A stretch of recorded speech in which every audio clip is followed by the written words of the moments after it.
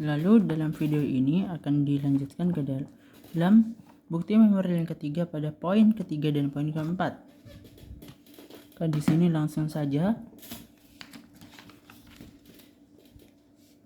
Langsung untuk yang poin ketiga langsung dapat kita jurnal dengan cara menganalisa terlebih dahulu.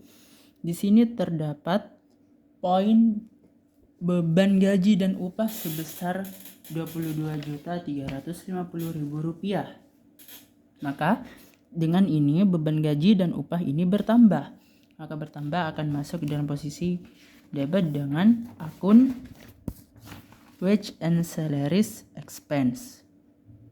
Langsung saja ditulis wage and salaries expense.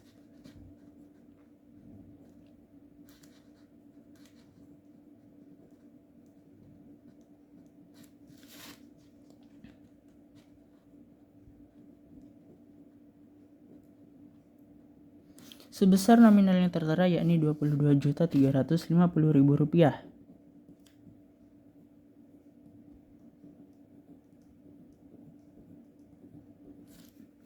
Lalu di sini terdapat PPh pasal 21 yang dipotong.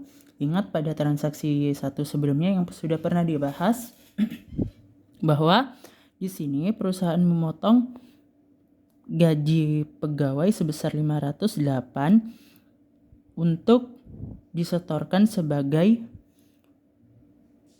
PPh atau pajak penghasilan pasal 21 orang pribadi karyawan. Karena di sini merupakan uang karyawan yang dipotong, maka uang karyawan terdapat di perusahaan. Yang dimana uang karyawan yang terdapat di perusahaan tersebut harus disetorkan kepada Direktorat Jenderal Pajak untuk membayarkan PPh karyawan. Karena ini merupakan uang karyawan sehingga harus disetorkan kepada pihak pajak, maka di sini perusahaan menanggung kewajiban pajak penghasilan karyawan karena perusahaan memegang uang karyawan untuk diserahkan ke Direktorat Jenderal Pajak sebagai pembayaran pajak penghasilan karyawan dengan uangnya sendiri namun melalui perusahaan. Karena di sini merupakan tanggung jawab perusahaan untuk menyetorkan uang tersebut, maka akan dicatat sebagai kewajiban, dan kewajiban di sini akan dicatat sebagai hutang pajak penghasilan. Sehingga hutang pajak penghasilan bertambah, maka akan kita letakkan di sebelah kredit dengan menggunakan akun income tax payable. Langsung saja ditulis di kredit.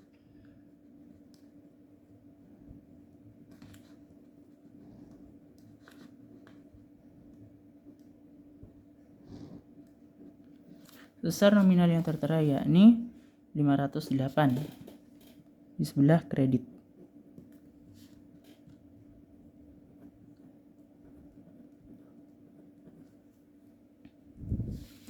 Lalu di sini terdapat JHT atau jaminan hari tua 3,7% yang ditanggung perusahaan. Karena di sini JHT atau jaminan hari tua itu masuk ke dalam BPJS. Ingat pada transaksi pertama terdapat JHT ini masuk ke BPJS, namun ditanggung perusahaan sehingga akan menjadi biaya perusahaan. Sehingga harusnya kita catat ini beban atau biaya BPJS karena di sini perusahaan menanggung JHT atau jaminan hari tua yang termasuk dalam BPJS sebesar 565 sehingga beban BPJS pun bertambah, sehingga kita harus mencatat beban BPJS di sebelah debit karena bertambah dengan menggunakan akun di sini BPJS expense di posisi sebelah debit.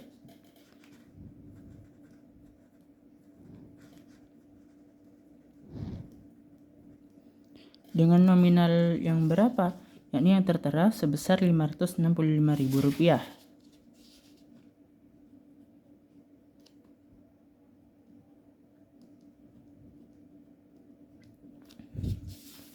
Lalu yang di sini terdapat total hutang BPJS atau total hutang biaya BPJS sebesar 1.525.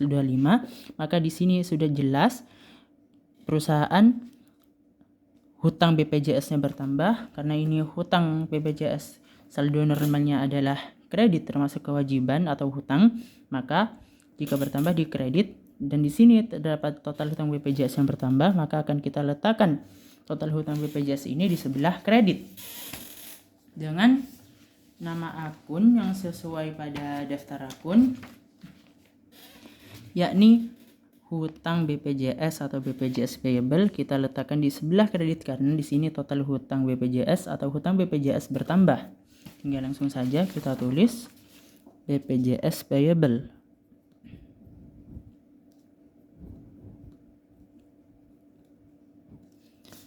Sebesar nominal yang berapa, yakni 1.525.000.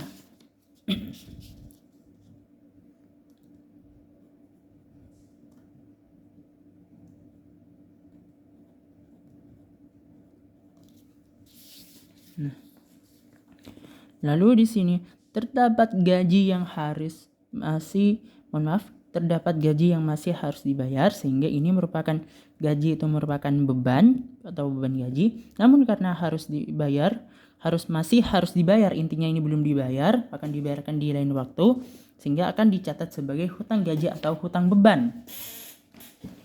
Kita lihat di sini apakah ada hutang gaji. Ternyata tidak ada. Kita akan menggunakan akun expense payable karena gaji termasuk beban, namun karena gaji itu belum dibayarkan maka akan menjadi hutang gaji. Karena gaji termasuk beban akan kita catat sebagai hutang beban. Karena di sini hutang bebannya bertambah, kan kita catat di posisi kredit. Menggunakan akun expense payable.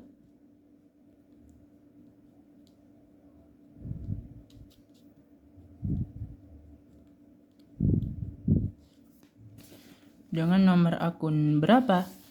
Maka di sini menggunakan dengan menggunakan nominal berapa, yakni sebesar 1.525.000.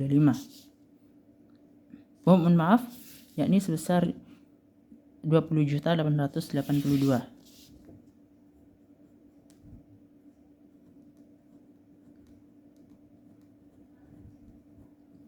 Maka untuk penjurnalan yang poin ketiga di sini sudah selesai. Lalu akan dilanjutkan ke dalam bukti memorial yang keempat, yakni penyusutan. Perlu diingat jika terdapat data penyusutan seperti ini, maka jurnalnya itu mudah, yakni yang untuk di debit adalah beban penyusutan, lalu yang di kredit adalah akumulasi penyusutan. Maka langsung saja kita dapat jurnalkan dengan menggunakan referensi. Yang di debit adalah beban penyusutan dan di kredit adalah akumulasi penyusutan. Di sini yang pertama terdapat building at cost, yang artinya ini merupakan penyusutan building at cost. Maka untuk yang pertama kita cari beban penyusutan building at cost atau beban penyusutan gedung. Di sini tidak ada untuk beban penyusutan gedung, hanya terdapat depreciation expense atau beban penyusutan aset tetap, maka kita menggunakan akun ini. Beban penyusutan aset tetap atau depreciation expense di posisi debit.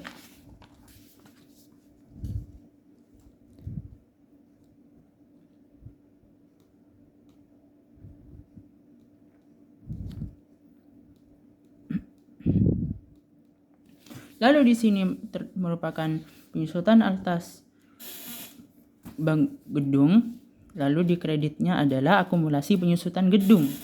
Maka kita cari terlebih dahulu adakah tidak untuk akun akumulasi penyusutan gedung. Di sini ternyata ada akumulasi penyusutan gedung, building accumulate depreciation, kan kita letakkan di posisi kredit.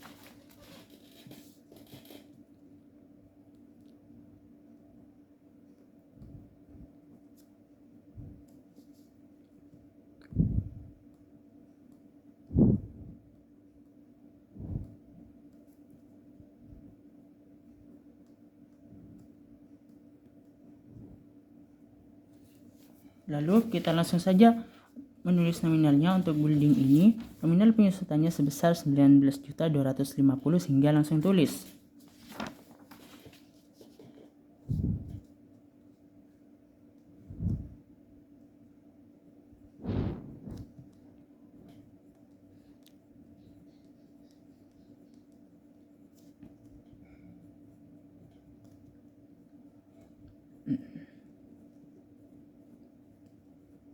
Maka telah sesuai untuk pencatatan penyusutan building atau bangunan. Lalu yang kedua adalah penyusutan vehicle. Vehicle di sini artinya adalah kendaraan. Maka yang menggunakan referensi yang sama yakni beban penyusutan. Maka untuk vehicle di sini beban penyusutan kendaraan dan kredit adalah akumulasi penyusutan kendaraan. Nah, kita cari terlebih dahulu beban penyusutan kendaraan. Di sini ternyata untuk beban penyusutan kendaraan tidak ada, hanya depreciation expense atau beban penyusutan aset tetap, maka kita menggunakan akun ini.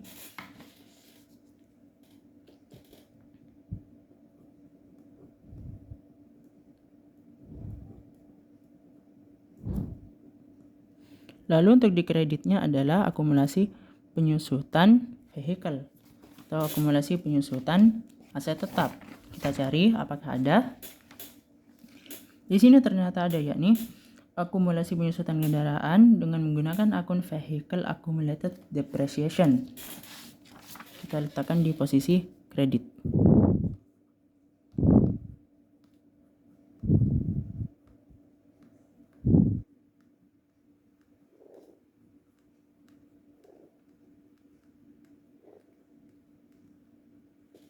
Lalu nominalnya kita ikuti saja sesuai yang tertera, yakni Rp43.125.000.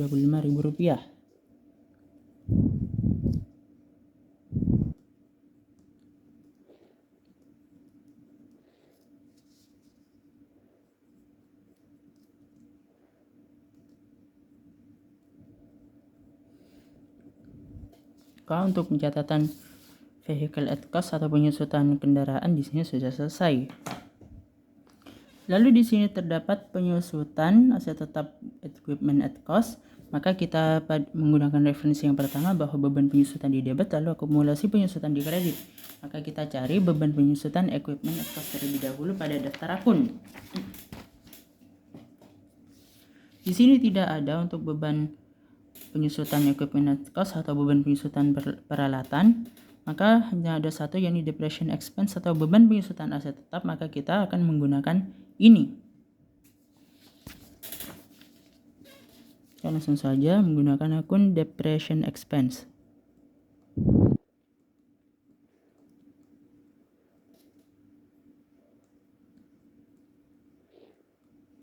Lalu di kreditnya adalah akumulasi penyusutan equipment at cost. Kita cari terlebih dahulu.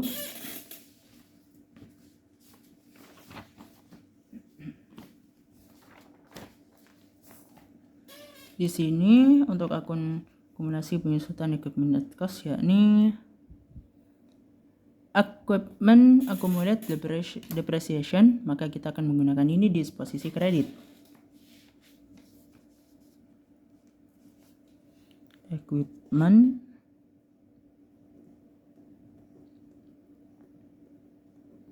accumulate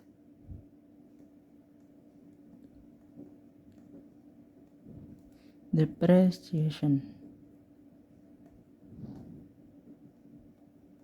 Nominalnya berapa, yakni sesuai yang tertera pada bukti, yakni bukti penyesuaian, yakni sebesar 29.475. Langsung kita catat dengan nominal yang sama.